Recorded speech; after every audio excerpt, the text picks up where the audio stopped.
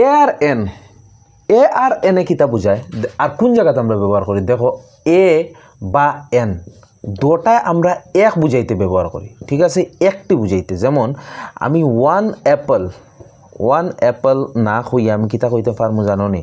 আমি এ বা N Apple কইতে পারবো, ঠিক আছে না নি? ওয়ান অ্যাপেল না কই আমি কিতা কইতে পারবো? এ অ্যাপেল বা এন অ্যাপেল, ঠিক আছে। বা ওয়ান বিস্কিট না কইয়া বা ওয়ান বিস্কিট বা ওয়ান পিস অফ বিস্কিট না কই আমি এ পিস অফ বিস্কিট বা এন পিস অফ বিস্কিট কইতে পারবো।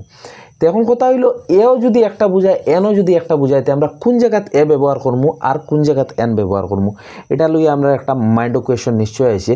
তো দেখো এন অ্যাপেল যদি আমি লেখি, এ অ্যাপেল যদি আমি লেখি বা এন অ্যাপেল লেখি, এর মধ্যে আমার এ অ্যাপেলটা ভুল হয়ে যাব। কেন ভুল হইব? কারণ অ্যাপেলের আগে আমি এন এ বইতে পারতাম না। যেগুলা ওয়ার্ড বাওয়েল দিয়ে স্টার্ট হয়, বাওয়েল কিতা কিতা আছে? এ, ই, আই, ও, ইউ, এগুলার আগে আমরা সাধারণত এন বই।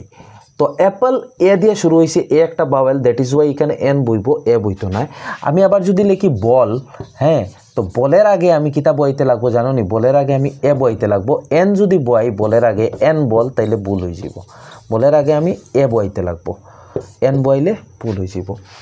তো এটা আসলে একটা basic understanding, but it's general. আমরা সব ক্ষেত্রে এই রুল অ্যাপ্লাই করতে পারতাম না। কিছু কিছু ওয়ার্ড আছে এরকম, এটা যেগুলোর ক্ষেত্রে এই রুল অ্যাপ্লাই হয় না। যেমন আমরা যদি কই ইউনিভার্সিটি, একটা শব্দ আছে ইউনিভার্সিটি, যদি আমরা কই তো রুল মতে ইউ আইসে বাওয়েল, এটার আগে কিতা বইতো?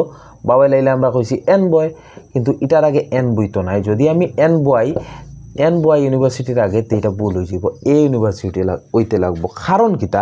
কারণ হলো দেখো এই যে আমরা ইউ হইয়ার বা বাওয়েল হইয়ার, এগুলো অ্যাকচুয়ালি বাওয়েলের আগে নাই, বাওয়েল সাউন্ডের হিসাবে আমরা বই, সাউন্ডের হিসাবে বই। তো সাউন্ডের হিসাবে আরও কিছু রুলস আছে যেগুলা আমরা ফলো করতে লাগে, আর কিছু এগুলো এক্সেপশন হিসাবে কাজ করে। তো এগুলা যদি পুরা তোমরা জানতে চাও, তো ফুল ভিডিও তোমরা চেক আউট করিও। ডেসক্রিপশনে ফার্স্ট কমেন্টে তোমরা ফুল ভিডিওর লিঙ্ক পাইবে। Thank you for watching.